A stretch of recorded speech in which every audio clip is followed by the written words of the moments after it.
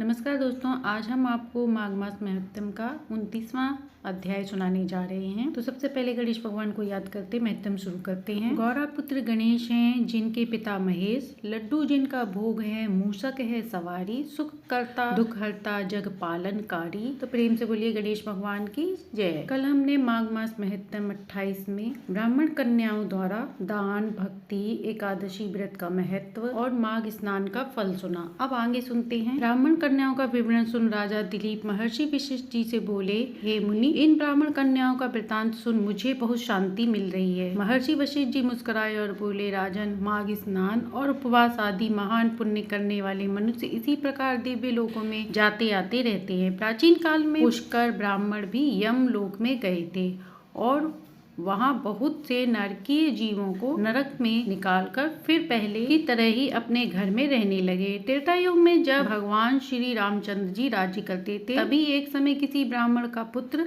मरकर यमलोक में गया और पुनः वह जी उठा। क्या यह बात तुमने नहीं सुनी? देवकी नंदन श्री कृष्ण जी ने अपने गुरु संदीपनी के पुत्र को, जिसे बहुत दिनों पहले ही मगरमच्छ ने अपना ग्रास बना लिया था, उसे श्री कृष्ण ने यमलोक से आकर गुरु को अर्पण किया। इसी प्रकार और भी कई मनुष्य यमलोक से वापस लौट आए हैं। इस विषय में संदेह नहीं करना चाहिए। अच्छा बताओ, अब और क्या सुनना चाहते हो? राजा दिलीप ने पूछा। हे गुरुवर, पुष्कर नाम श्रेष्ठ ब्राह्मण कहा के रहने वाले थे। वे कैसे यमलोक आए और किस प्रकार उन्होंने नरक से पापियों का उद्धार किया? वशिष्ठ जी बोले, हे राजन, मैं अब तुम्हें महात्मा पुष्कर के चरित्र का वर्णन करता हूँ। यह सब पापों का नाश करने वाला है, इसलिए सावधान होकर सुनो। महात्मा पुष्कर नंदीग्राम के निवासी थे। वे सदा धर्म के अनुष्ठान में लगे रहते और सब प्राणियों के हितैषी थे। सदा माघ स्नान और स्वाध्याय में लगे रहते थे तथा समय पर अनन्य भाव से श्री विष्णु जी की आराधना करते थे। महात्मा पुष्कर अपने कुटुंब के साथ रहते और नित्य वैदिक यज्ञ करते थे। राजन, वे हर समय विष्णु,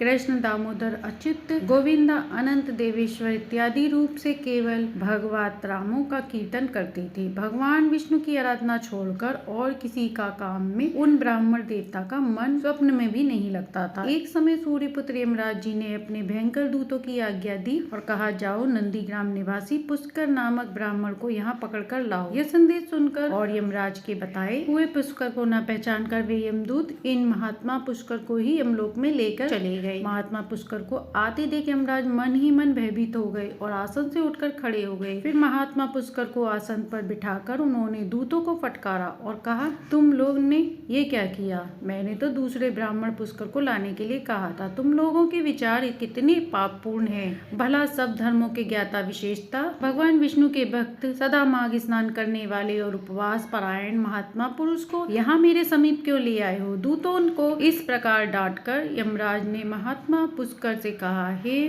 ब्राह्मण श्रेष्ठ, तुम्हारे पुत्र और स्त्री आदि सब बांधव बहुत व्याकुल हो रहे हैं, अतः तुम भी जाओ। तब महात्मा पुष्कर ने यमराज से कहा, भगवान, जहाँ पापी पुरुष यम यातनाएं भोगते हैं, मैं उन सब नरकों को देखना चाहता हूँ। यह सुनकर सूर्यपुत्र यमराज ने पुष्कर को सैकड़ों और हजारों नरक दिखलाए। पुष्कर ने देखा पापी जीव नरकों में पड़कर बड़ा कष्ट भोगते हैं। कोई सूली पर लटका है, किसी को ब्याग खा रहा है, कोई तपी हुई बालू पर जल रहा है, किन्हीं को कीड़े खा रहे हैं, कोई जलते हुए घड़े में डाल दिए जाते हैं, कोई कीड़े से पीड़ित हो रहा है, कोई कांटों के वन में घूम रहा है, उनके अंग छिन्न भिन्न हो रहे हैं, किन्हीं को आरों से चीरा जा रहा है, कोई कुल्हाड़ी से काटे जा रहे हैं, किन्हीं को कीचड़ में डुबोकर कष्ट दिया जा रहा है, किन्हीं को सुई चुभोकर गिराया जाता है, कई सर्दी से पीड़ित हो रहे हैं। इस प्रकार जीवों को नरक में पड़कर यातना भुगते देख महात्मा पुष्कर को बड़ा दुख हुआ। वे उनसे बोले, क्या आप लोगों ने पूर्व जन्म में कोई पुण्य कर्म नहीं किया था? पुण्य कर्म नहीं करने की वजह से ही यहाँ यातना में पड़कर आप दुख भोग रहे हो। नरक के जीवों ने कहा, हे श्रेष्ठ ब्राह्मण, हमने पृथ्वी पर कोई पुण्य नहीं किया था, इसी से इस यातना को पढ़कर जलते हुए बहुत कष्ट उठाते हैं। हम पराई स्त्रियों के अनुराग किए, दूसरों के धन चुराए हैं और अन्य जीवों की हिंसा के बिना अपराध के ही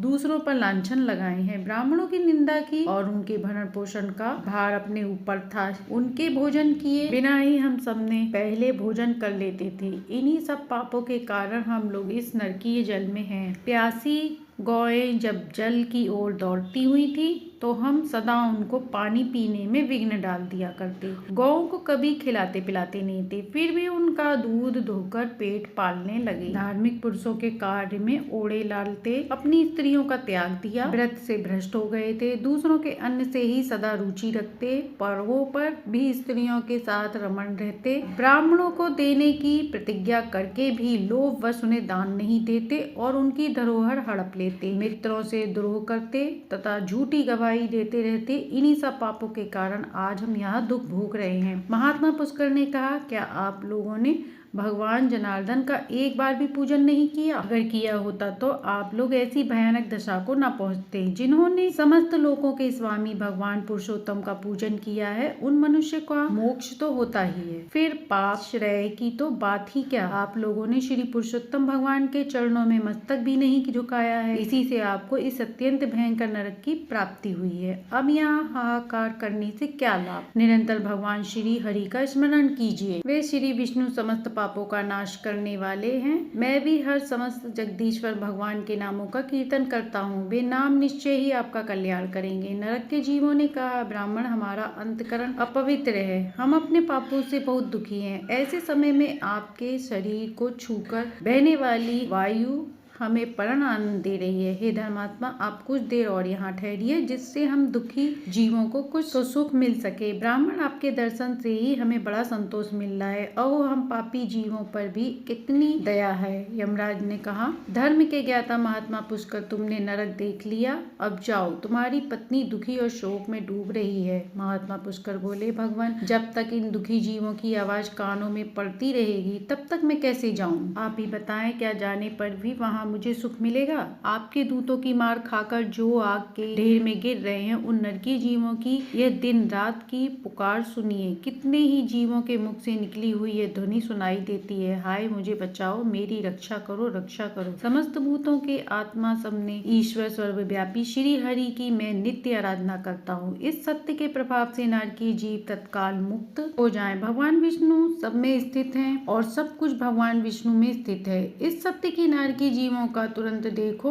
दुखों से छुटकारा हो जाए। हे कृष्ण, हे अच्युत, हे जगन्नाथ, हे हरे विष्णु, हे जनार्दन, यहाँ नरक के भीतर यातना में पड़े हुए इन सब जीवों की रक्षा कीजिए। पुष्कर के द्वारा उच्चरित भगवान के नाम सुनकर वहाँ नरक में पड़े हुए पापी तत्काल उनसे छुटकारा पा गए। वे सब बड़ी प्रसन्नता के साथ महात्मा पुष्कर से बोले, हे श्रेष्ठ ब्राह्मण, हम नरक से मुक्त हो गए। इस संसार में आपकी अनुपम कीर्ति का विस्तार हो। यमराज जी को इस घटना से बड़ा विस्मय हुआ। वे महात्मा पुष्कर के पास जाकर प्रसन्नचित होकर वरदान द्वारा उन्हें संतुष्ट करने लगे। वे बोले, हे धर्मात्मन, तुम पृथ्वी पर जाकर सदा वहीं रहो, तुम्हें और तुम्हारे सभी को मुझसे कोई भय नहीं होगा। जो मनुष्य तुम्हारे महात्मा का स्मरण करेगा, उसे मेरी कृपा से अमृत्यु का भय नहीं होगा। इसके बाद महर्षि वशिष्ठ जी कुछ रुके, फिर पुनः बोले, यमराज जी के इस प्रकार कहने पर महात्मा पुष्कर पृथ्वी पर लौट आए और यहाँ पहले की तरह ही स्वस्थ हो गए। भगवान मधुसूदन की पूजा करते हुए रहने लगे। राजन, मेरे द्वारा कहे हुए महात्मा पुष्कर के इस महत्व को जो सुनता है, उसके सारे पाप नष्ट हो जाते हैं। भगवान विष्णु का नाम कीर्तन करने से प्रकार नगर से ही छुटकारा मिल जाता है। प्रसंग मैंने तुम्हें सुना दिया। आदि पुरुष परमात्मा के नामों की थोड़ी सी भी स्मृति संचित पापों की राशि का तत्काल नाश कर देती है। यह बात प्रत्यक्ष देखी गई है। फिर उन जनार्दन भगवान के नामों का भली भांति कीर्तन करने पर उत्तम फल की प्राप्ति होती ही होती है। इसके लिए तो कहना ही क्या। इस प्रकार माघ मास महत्तम अध्याय 29वां समाप्त हुआ। माघ मास के अंतिम दिनों में माघ मास महत्तम सुनना बहुत विशेष फलदायी होता है। विष्णु भगवान जी की विशेष कृपा प्राप्त होती है। महत्तम अच्छा लगा हो तो लाइक एंड सब्सक्राइब करें।